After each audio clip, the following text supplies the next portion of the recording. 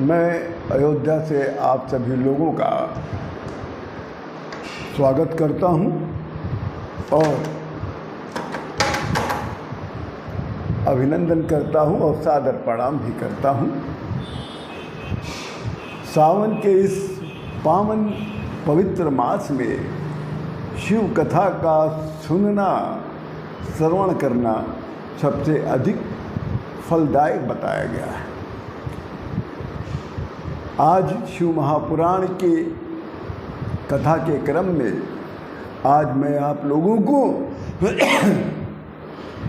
विद्येश्वर संहिता का आज 18वें अध्याय का वर्णन सुनाएंगे। 18वें अध्याय का नाम है बंध तथा मोक्ष रूप शिवलिंग का महात्म्य। सभी ऋषियों ने, साधु संतों ने शौनक मुनि के साथ सूत जी से प्रश्न किया कि हे संपूर्ण अर्थों को जानने वाले सूत जी, आप हम लोगों को बंध और मोक्ष का स्वरूप कैसा है, कृपया इसका वर्णन सुनाइए और हम लोगों को समझाइए। तब सूत जी महाराज कहते हैं कि हे शिव भक्तों, बंध और मोक्ष के लक्षण, मुक्ति के उपाय को मैं आप लोगों को स्पष्टता रूप से सब बताता हूँ। कृपया इसको आदरपूर्वक ही श्रवण करना चाहिए। सूत जी पुनः कहते हैं कि आत्मा को जब तक प्रकृति, अहंकार, महतत्व और पंचतन मात्रा, यही 8 बंधन है। पंचतन मात्रा अर्थात रूप, रस, गंधर्व, रूप, रस, गंध, स्पर्श और शब्द, ये पंचतन मात्राएं हैं। तो आत्मा को जब तक प्रकृति, अहंकार, महतत्व, पंचतन मात्रा बांधे रहती है, तब तक आत्मा प्राणी को जीवित की संज्ञा प्रदान करती है। आप लोग भी इस बंध और मोक्ष की परिभाषा को समझिए, क्योंकि जो शिव महापुराण में बताया गया है वो उसकी व्याख्या आपको वेदों में प्राप्त हो जाएगी। वेदों को सरलीकरण करने के लिए, सरलता पूर्वक समझने के लिए हम लोगों के जो परमात्मा हैं शंकर भगवान जी, उन्होंने शिव महापुराण की रचना स्वयं की। क्योंकि ये वेदों का सरली रूप है। दूसरा, इसको शंकर भगवान के निर्देश में इस ग्रंथ का निर्माण हुआ, इसलिए 18 पुराण में केवल शिव पुराण को ही महापुराण की संज्ञा प्रदान की गई। बाकी 17 पुराण अपने जगह पे अपना महत्व रखते हैं, मगर जो महत्व शिव महापुराण का है, आप एक बात ध्यान दे के सुन लीजिए, कान खोल कर सुन लीजिए कि शिव महापुराण के महत्व की समानता कोई भी नहीं कर सकता है, कोई भी ग्रंथ। तो इसमें कितनी बढ़िया बात कही कि आत्मा को जब तक प्रकृति, अहंकार, महतत्व, पंचतन मात्राएं बांधे रहेंगी, तब तक आत्मा प्राणी को जीवित की संज्ञा प्रदान करती है। और जब आत्मा इन 8 बंधनों से मुक्त हो जाता है, जब प्राणी को प्रकृति, अहंकार, महतत्व, पंचतन मात्राओं से जब वो मुक्त हो जाता है, तभी उसी को मोक्ष कहते हैं। और जब ये हमारे अंदर रहेंगी, तब तक हम लोगों को मोक्ष की प्राप्ति नहीं होगी, हमको जीवित की संज्ञा प्राप्त होती है।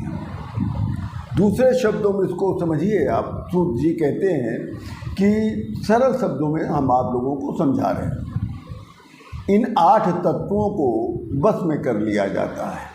8 तत्व वही, एक प्रकृति, दूसरा अहंकार, तीसरा महातत्व और जो पंचतन मात्रा ये 5 होते हैं, रूप रस गंध और गंध स्पर्श और शब्द।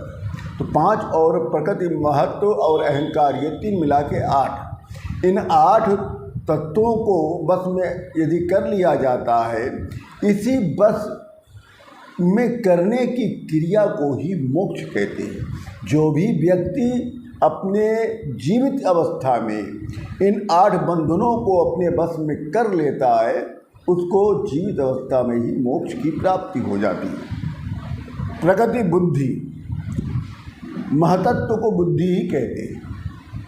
प्रकृति बुद्धि, गुणवत्त अहंकार और पंचतन मात्राएं को प्रकृत्यादि अष्टक भी कहते हैं। इन्हीं से शरीर, ये देह की उत्पत्ति होती है और जो शरीर से उत्पन्न होता है उसे कर्म कहते हैं। अब ध्यान दीजिएगा, प्रकृति बुद्धि, गुणयुक्त अहंकार और पंचतन मात्राओं को प्रकृत्यादि अष्टक कहते हैं। इन्हीं से मनुष्य का शरीर उत्पन्न होता है और जो मनुष्य के शरीर से उत्पन्न होता है उसे कर्म कहते हैं। शरीर और कर्म का जन्म बार बार होता है। शरीर का भी जन्म बार बार होता है। जब शरीर का जन्म बार बार होगा तो कर्म का जन्म बार बार होगा। ये तो अक्षरता सत्य है। इसको ही बंधन कहते हैं। जो बंध है इसी को बंध कहते हैं कि शरीर और कर्म का बारंबार जन्म होना बंध कहलाता है। इसी से मुक्ति पाने की क्रिया को मोक्ष कहा जाता है। परमात्मा सदाशिव की स्तुति पूजन करनी चाहिए। परमात्मा को प्रसन्न करने के लिए लिंगे मेरे भक्त जने शिव मुदिदत पूजेत कायेन मनसा वाचा धनेनापि पूजिएत। परमात्मा शिव जी को प्रसन्न करने के लिए शिवलिंग, शिव प्रतिमा तथा शिव भक्तों में शिव को प्रसन्न करने के उद्देश्य से शरीर, मन, वाणी तथा अन्न धन आदि द्वारा परमात्मा शिव जी की पूजा करनी चाहिए। इस प्रकार शिव जी के महाप्रसाद को प्राप्त कर लेने से बुद्धि भी अपने वश में हो जाती है। प्रकृति का कार्य क्या है? बुद्धि है। इसको सृष्टि भी कहा जाता है। पुनः शिव प्रसाद को प्राप्त हो जाने पर प्रकृति भी अपने वश में हो जाती है। अगर आपने पहले जैसे बताया है कि मन, वाणी, अन्न धन आदि द्वारा शिव जी की पूजा करनी चाहिए, इस प्रकार से शिव जी का महाप्रसाद की प्राप्ति होती है। जब शिव जी के महाप्रसाद की प्राप्ति हो जाती है तो जो बुद्धि अपनी होती है वो अपने वश में हो जाती है। क्योंकि प्रकृति का कार्य बुद्धि है और इसको शास्त्र भी कहा जाता है। और पुनः यदि हमको शिव जी का महाप्रसाद की प्राप्ति हो गई तो ये जो प्रकृति है ये भी अपने वश में हो जाती है। शिव का मानस ऐश्वर्य प्राप्त हो जाता है। प्रकृति प्राप्त हो जाने का आशय ये होता है कि शिव का जो मानस ऐश्वर्य है वो भी शिव भक्त को प्राप्त हो जाता है। सर्वज्ञता, तृप्ति, अनादि बोध तथा शिव लक्षण के ऐश्वर्य प्राप्त हो जाने पर पुरुष स्वरात्मा होकर शोभित होने लगता है। वेद और शास्त्र के ज्ञाता इसी को सायुज्य मुक्ति कहते हैं। इसी प्रकार शिवलिंग की पूजा करने वालों को स्वयं मुक्ति प्राप्त हो जाती है। परमात्मा शिव जी की प्रसन्नता के लिए शिव क्रिया, शिव मंत्र जप तथा शिव को प्रसन्न करने के लिए तप द्वारा पूजन करना चाहिए। ये हमारे 18वें अध्याय का संक्षिप्त वर्णन है। और इसी से संबंधित 2 प्रश्न आते हैं ना लिंग का, तो हम आपको आपको आज ही हम आपको पोस्ट करेंगे वीडियो 2।